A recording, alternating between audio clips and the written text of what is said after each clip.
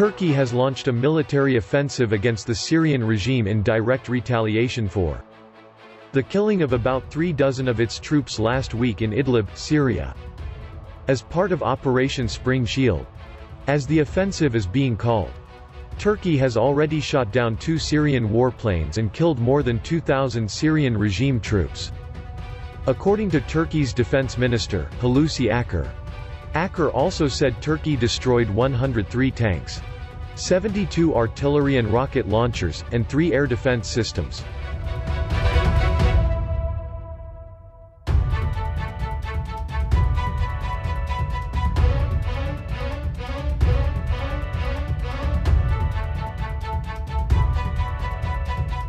Turkey escalated its operations in northeastern Syria last week amid the Syrian regime's push to reclaim the last rebel-held territory in the country, in Idlib province. Syrian President Bashar al-Assad, backed by Russia and Iran, is trying to retake the territory through a brutal military offensive that has, according to United Nations estimates, already displaced about 1 million people since December 1, 2019.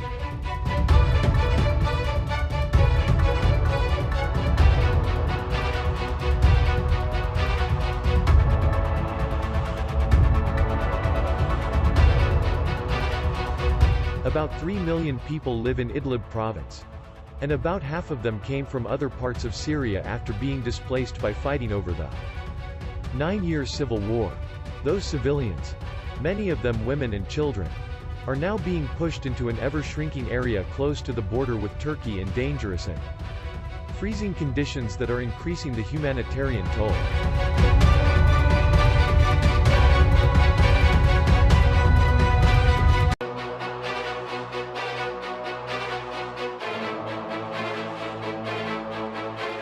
Turkey, which backs the anti-regime rebels, has sealed its borders to additional refugees. The country already hosts nearly 4 million refugees, and Turkish President Recep Tayyip Erdogan is under increasing domestic pressure to prevent more people from crossing the border. This has left millions of Syrians essentially trapped in Idlib, unable to find refuge in Turkey and being closed in by Assad, who, with Russia's help, is raining down bombs and recapturing territory.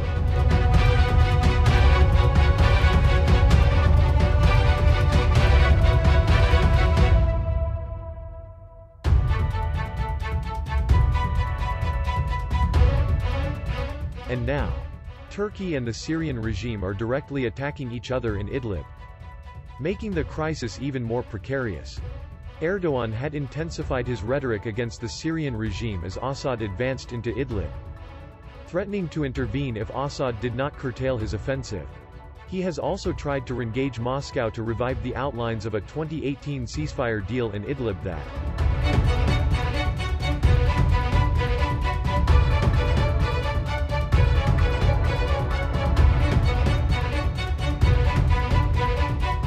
then, last week, Syrian regime airstrikes killed at least 36 Turkish soldiers and wounded more than 24 more. In a dangerous escalation between the two sides, the strike put pressure on Erdogan to respond, and increased the chances of a confrontation between Turkey, a US NATO ally, and Assad's benefactor, Russia.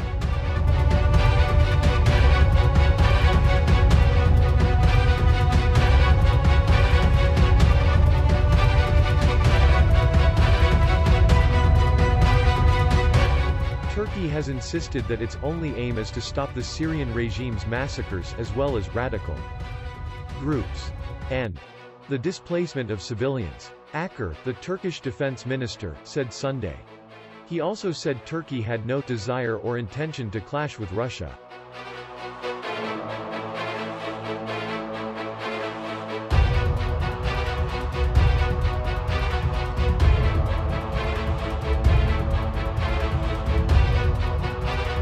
Russian President Vladimir Putin and Erdogan have confirmed that they will meet for talks this week, on March 5, to try to find a solution to the crisis in Idlib. This may be a chance for both Ankara and Moscow to pause the fighting and avert some of the humanitarian catastrophe in Idlib, but it will likely only be a temporary fix.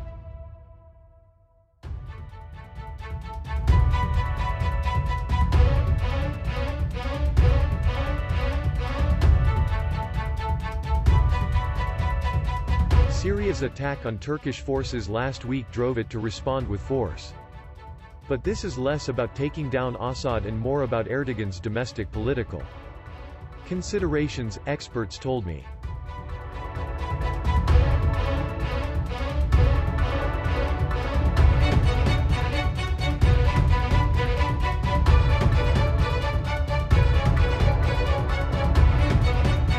In Erdogan's view, Turkey cannot take in any more refugees. There has already been a massive backlash against refugees, especially as Turkey's economy struggles. And Assad's attacks on Idlib are increasing the chances of mass slaughter and displacement at Turkey's doorstep, something Turkey absolutely cannot afford. Turkey's capacity is at a breaking point. Lizel hints. Assistant Professor of International Relations and European Studies at Johns Hopkins University, told me.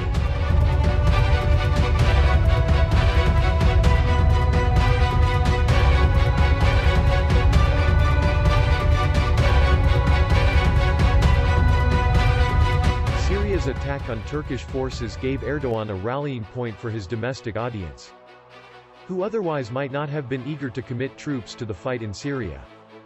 Turkey has also told refugees that its borders with Europe are open, allowing refugees to travel by land or sea to Greece or Bulgaria.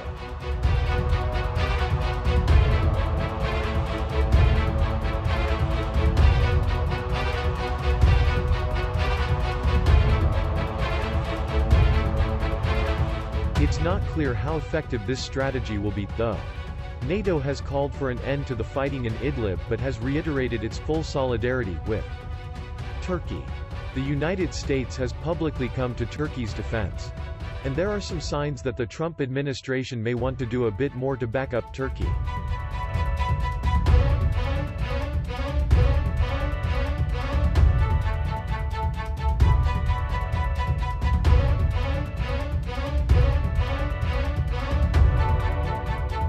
The United States is engaging with our Turkish allies and reviewing options to assist Turkey against this aggression as we seek to prevent further Assad regime and Russian brutality and alleviate the humanitarian suffering in Idlib, Secretary of State Mike Pompeo said in a statement last week.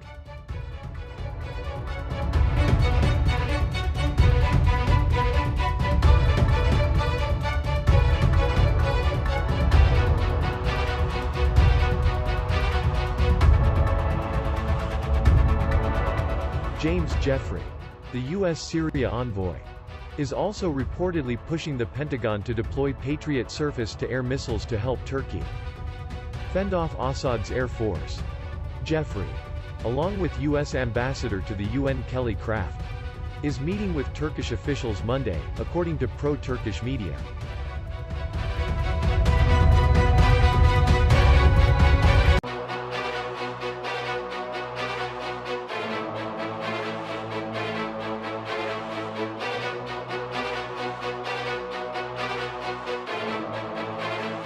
Soner Koptay, director of the Turkish research program at the Washington Institute for Near East Policy and author of Erdogan's Empire, Turkey and the Politics of the Middle East, told me he thinks the public support from the United States has already had some impact on Turkey's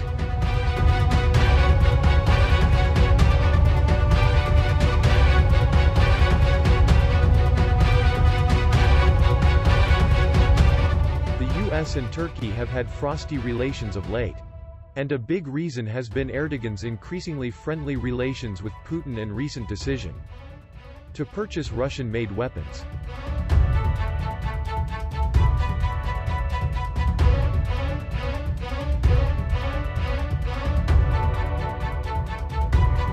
But the Syrian crisis is proving to Turkey that Russia may not be as reliable a partner as it would like. The crisis in Idlib with Putin reminded Turkey that Russia is Turkey's nemesis, and that even when they have bargains with the Turks, they will ultimately undermine Turkey, Koptay said. On the other hand, the US did come to Turkey's assistance.